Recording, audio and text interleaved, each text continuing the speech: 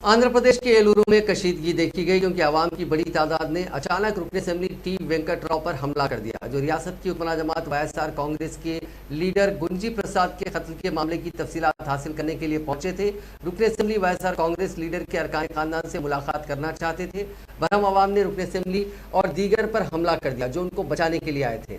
इत्तला के साथ ही पुलिस वहां पहुंच गई और रुकन असेंबली को बचा लिया। ताहम पुलिस को भी नहीं छोड़ा गया। मकामी अफराद का मानना है कि प्रसाद का कत्ल सियासी मकासद के लिए किया गया था।